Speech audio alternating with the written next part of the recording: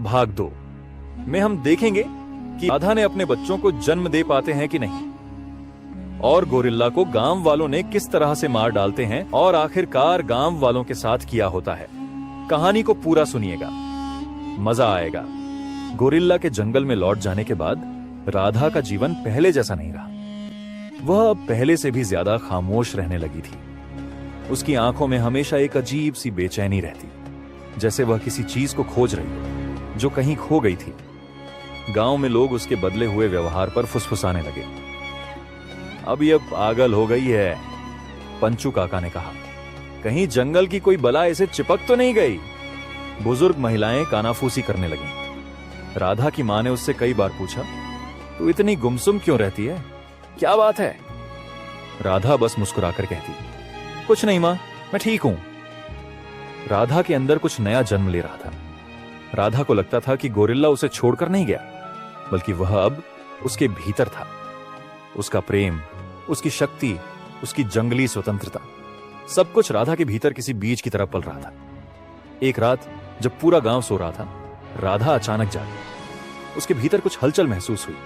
ऐसा लगा जैसे कोई उसके भीतर सांस ले रहा हो, कोई नया जीवन आकार ले रहा हो। उसने अपना पेट छुआ और धीरे से फुसफुसाई, राजा, तुम मुझ में हो। राधा की मां को जल्द ही शक होने लगा कि कुछ अजीब हो रहा है। उसकी चाल धीमी हो गई थी। वह हर वक्त अपने पेट पर हाथ रखती थी। गांव की औरतें उसे शक की नजरों से देखने लगीं। एक दिन पंचू काका ने पूरे गांव को इकट्ठा किया और कहा, यह लड़की जंगल से लौटने के बाद बदल गई है। कोई अनहोनी हुई है, हम इसे ऐसे नहीं छोड़ सकते। गांव वालों ने मिलकर राधा से सवाल करने शुरू किए, तू क्या छुपा रही है? तेरे पेट में क्या?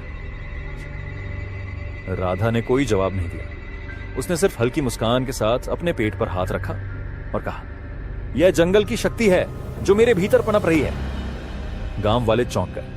कुछ को डर लगा, कुछ को गुस्सा आया। यह तो अपशकुन है, जंगल की बला इसे चिपक गई है, हमें इसे गांव से बाहर निकाल देना चाहिए।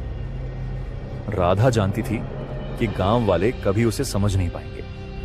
वे सिर्फ वही देखते थे जो उनकी आंखों के सामने था, लेकिन जो उसके भीतर पल रहा था उसे समझने की उनकी शक्ति नहीं थी। वह गांव के बीच में खड़ी हुई और कहा, तुम सब डरते हो क्योंकि तुमने कभी जंगल की ताकत को महसूस नहीं किया।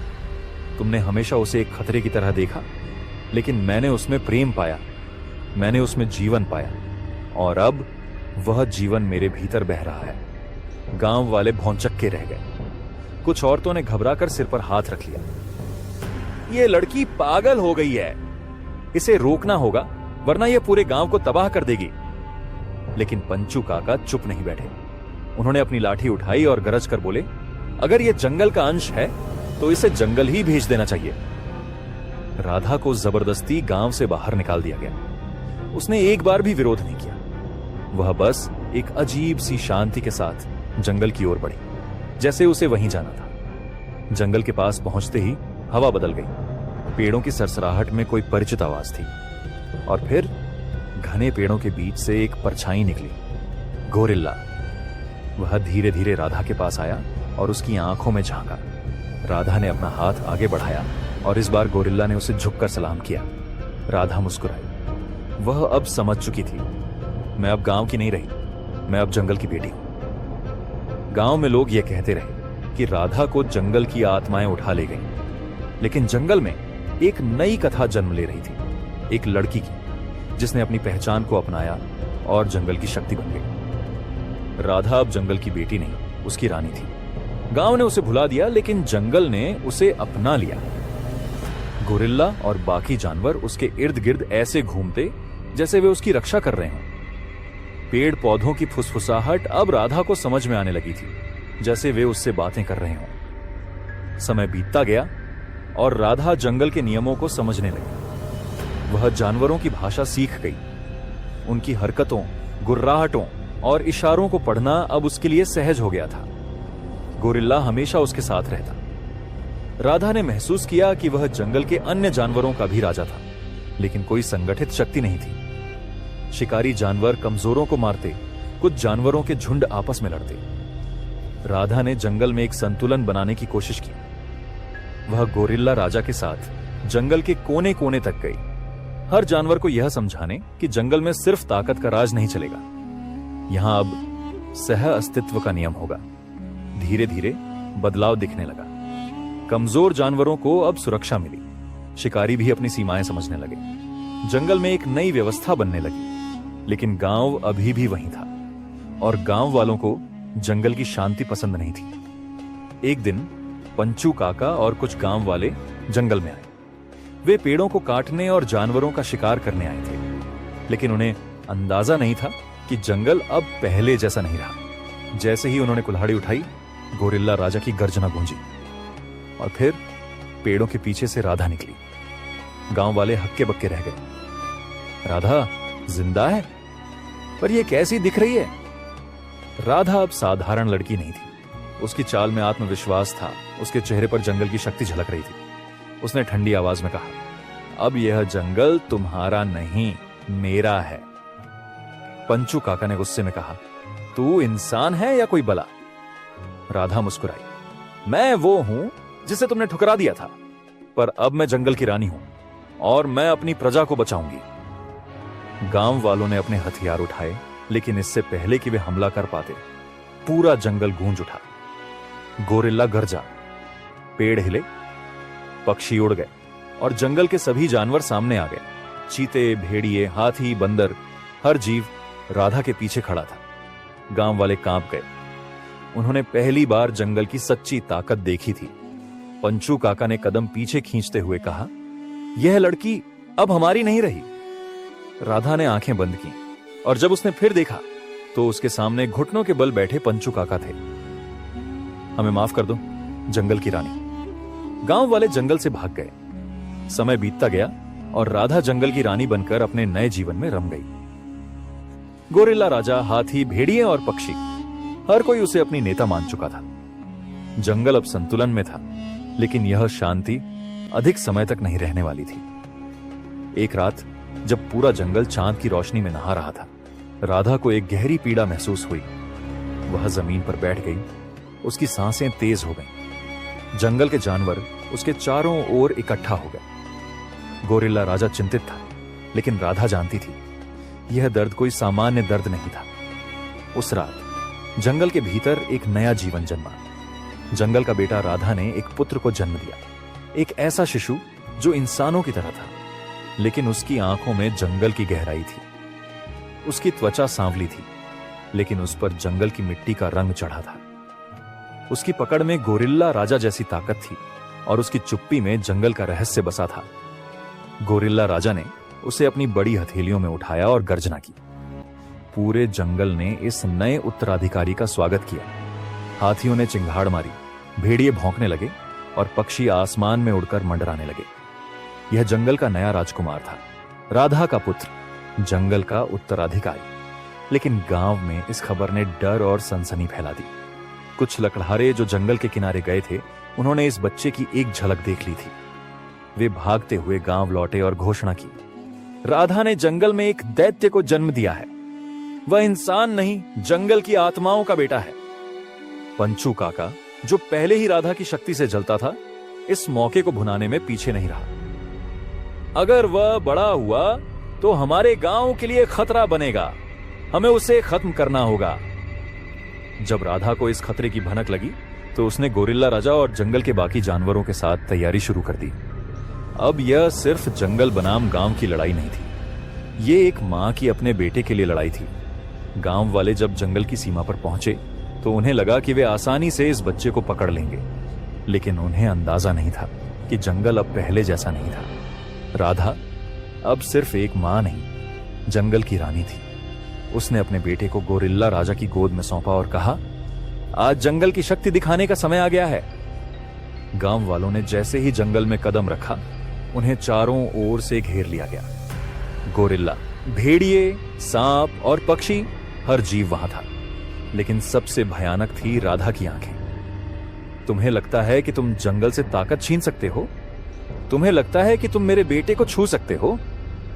गांव वालों ने पहली बार राधा के भीतर छिपी सच्ची शक्ति देखी। उन्होंने पहली बार जाना कि अब वह सिर्फ गांव की लड़की नहीं, जंगल की देवी थी। पंचू काका ने डरते हुए घुटने टेक दिए। हमें माफ कर दो रानी, हम तुम्हारे बेटे को कभी नुकसान नहीं पहुंचाएंगे। राधा मुस्कुराई। उसने अपने बेटे को देखा, जिसने अभी तक एक शब्द भी नहीं कहा था, लेकिन उसकी आंखों में भविष्य की रोशनी थी। तुमने मुझे ठुकराया, लेकिन जंगल ने मुझे अपनाया। अब तुम सब जंगल से डरोगे। यह मेरा साम्राज्य है और यह मेरा बेटा, इसका उत्तराधिकारी। गांव वाले भाग गए। वे कभी जंगल लौटने की हिम्मत नहीं कर सके और राधा का पुत्र, जिसे अब वन पुत्र कहा जाता था, बड़ा होने लगा। उसकी चाल में गोरिल्ला राजा की ताकत थी, उसकी आंखों में जंगल की गहराई और उसकी आत्मा में राधा की बुद्धिमानी।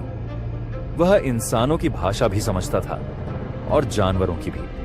वह जंगल की हर धड़कन से जुड़ा हुआ था। गांव के कुछ लालची लोगों ने जंगल को काटने और वहां खेती करने की योजना बनाई। उन्होंने सुना था कि जंगल के भीतर एक ऐसा स्थान है जहां जमीन सोने जैसी उपजाऊ है। पंचू काका के बेटे बलराम ने इस योजना को आगे बढ़ाने का बीड़ा उठाया। हम इतने सालों से जंगल से डरते आए हैं, लेकिन अब डरने का समय नहीं है। यह जंगल हमें बहुत कुछ दे सकता है। गांव वालों ने बलराम के नेतृत्व में कुल्हाड़ियों और मशालों के साथ जंगल में प्रवेश किया। जैसे ही गांव वालों ने पेड़ों को काटना शुरू किया, सांपों ने रास्ता घेर लिया। बंदरों ने पेड़ों से पत्थर गिराने शुरू कर दिए। पक्षी तेज आवाज में चीखने लगे, जैसे जंगल को चेतावनी दे रहे हो। लेकिन सबसे भयानक था वनपुत्र का आगमन। वनपुत्र अब पूरी तरह से जंगल का अभिन्न हिस्सा बन चुका था। उसकी लंबी और मजबूत काया पर जंगल की मिट्टी का रंग था। उसकी आंखें रात में चमकती थीं और उसकी सांसों में जंगल की गरज थी। जब वह गांव वालों के सामने आया तो बलराम चौंक गया। यह कौन है? राधा, जो अब जंगल की देवी के रूप में पूजी जाने लगी थी, पेड़ों के बीच से निकलकर बोली, यह वही है जिसे तुमने दैत्य कहा था। यह मेरा बेटा है, जंगल का उत्तराधिकारी। वनपुत्र ने गांव वालों को गहरी आंखों से देखा। वह कुछ नहीं बोला, लेकिन उसकी उपस्थिति ही इतनी शक्तिशाली थी कि गांव वालों की हिम्मत जवाब देने लगी। बलराम ने गुस्से में कहा, हम इस जंगल को नहीं छोड़ेंगे, यह हमारी जमीन है। बलराम ने अपने आदमियों को हमला करने का आदेश दिया। यहीं पर वनपुत्र ने अपनी सच्ची शक्ति दिखाई। वनपुत्र ने अपने हाथों से एक पेड़ की मोटी शाखा तोड़ी और उसे जमीन पर पटका। उसकी शक्ति इतनी जबरदस्त थी कि जमीन कांप उठी। उसने पहली बार अपनी आवाज निकाली। यह एक इंसान की चीख नहीं थी, न ही किसी जानवर की गरज। यह जंगल की गूंज थी। गांव वाले डर से कांप गए। बलराम ने भाला उठाकर वनपुत्र पर फेंका, लेकिन इससे पहले कि वह उसे छू पाता, गोरिल्ला राजा बीच में आ गया। गोरिल्ला के सीने में भाला धंस गया। राधा की चीख पूरे जंगल में गूंज उठी। गोरिल्ला राजा ने अंतिम बार राधा की ओर देखा और फिर उसकी आंखें बंद हो गईं। वनपुत्र ने अपने पिता को मरते देखा। उसने गहरी सांस ली और उसकी आंखें लाल हो गईं। वनपुत्र ने एक जोरदार गर्जना की। सांप गांव वालों के पैरों में लिपटने लगे। बंदरों ने उनकी कुल्हाड़ियां छीन ली। भेड़ियों ने हमला कर दिया। हाथियों ने पेड़ों से लकड़ियां तोड़कर उन्हें खदेड़ना शुरू कर दिया। बलराम और उसके आदमी जंगल से भागने लगे, लेकिन जंगल ने उन्हें इतनी आसानी से जाने नहीं दिया। बलराम और कुछ गांव वाले जंगल से बचकर भाग गए, लेकिन जब वे गांव लौटे तो उन्हें एक भयानक सच का सामना करना पड़ा। गांव में अब कुछ नहीं बचा था। जो बचे थे वे बीमार पड़ चुके थे। गांव की मिट्टी बंजर हो चुकी थी। कुएं सूख गए थे। पंचू काका, जो कभी जंगल से शक्ति छीनने की कोशिश करता था, अब अपने घर के बाहर पड़ा हुआ था, भूखा प्यासा। राधा और वनपुत्र जंगल से गांव की ओर देख रहे थे। देखो मां, वनपुत्र ने कहा। उन्होंने जंगल को तबाह करना चाहा, लेकिन प्रकृति ने अपना न्याय कर दिया। राधा ने लंबी सांस ली। हां बेटा, यह जंगल सिर्फ हमारा नहीं, यह प्रकृति का संतुलन है। जो इसे तोड़ने की कोशिश करेगा, उसे खुद प्रकृति खत्म कर देगी। गांव और जंगल की लड़ाई को बरसों बीत गए। जंगल अब पहले से भी घना और शक्तिशाली हो चुका था, लेकिन गांव वह उजड़ चुका था। पुराने गांव वाले या तो कहीं और बस गए या फिर जंगल के खौफ से दूर भाग गए। लेकिन समय हमेशा एक जैसा नहीं रहता। एक दिन जंगल के किनारे कुछ अजनबी लोग आए। उनके कपड़े फटे थे, चेहरे पर भूख और लाचारी के निशान थे। वे कोई और नहीं, बल्कि वही गांव वाले थे जो सालों पहले जंगल के खिलाफ लड़ाई में शामिल थे। वे अब कमजोर और बेघर थे। उनकी नजरें जंगल की ओर उठी। वनपुत्र, मां देखो, ये वही लोग हैं जिन्होंने हमें जंगल में धकेला था। अब वे खुद ही वापस लौट रहे हैं। राधा ने शांत आंखों से गांव वालों को देखा। बेटा, बदले से कभी शांति नहीं मिलती। ये लोग अपने कर्मों का फल भोग चुके हैं। अब समय है हमें यह तय करने का कि हम जंगल और गांव के बीच संतुलन कैसे बनाएं। राधा और वनपुत्र जंगल छोड़कर गांव की ओर बढ़े। उनके पीछे हाथियों की चिंगाड़, भेड़ियों की गुर्राहट और पक्षियों की चहचहाहट गूंज रही थी। गांव वाले जब उन्हें आता देखे तो डर से कांपने लगे। बलराम, जो अब बूढ़ा और कमजोर हो चुका था, घुटनों के बल बैठ गया। हमें माफ कर दो राधा, हमने बहुत गलत किया था। राधा ने गहरी सांस ली। तुमने जंगल को तबाह करने की कोशिश की थी, लेकिन जंगल ने तुम्हें माफ कर दिया। अब मैं भी तुम्हें माफ करती हूं। गांव वालों की आंखों से आंसू गिर पड़े। राधा और वनपुत्र ने गांव वालों को सिखाया कि प्रकृति के साथ कैसे जीना है। उन्होंने पेड़ लगाना शुरू किया। कुएं फिर से भरे गए और धीरे धीरे गांव फिर से बसने लगा। लेकिन अब गांव जंगल के खिलाफ नहीं, बल्कि उसके साथ जी रहा था। गोरिल्ला राजा की जगह अब नया गोरिल्ला नेता बना, जो जंगल और गांव की सीमाओं की रक्षा करता। अंत में राधा अब सिर्फ जंगल की रानी नहीं थी, वह गांव की मां भी बन गई थी। वनपुत्र, जो जंगल का उत्तराधिकारी था, अब गांव और जंगल के बीच पुल बन गया। और जब भी कोई अजनबी गांव में आता तो उसे यह कहानी सुनाई जाती। यह गांव एक बार जंगल से लड़ चुका था, लेकिन अब जंगल और गांव एक ही आत्मा के दो हिस्से हैं। राधा और वनपुत्र की तरह कहानी खत्म नहीं हुआ। अभी एक नई दुनिया की शुरुआत है।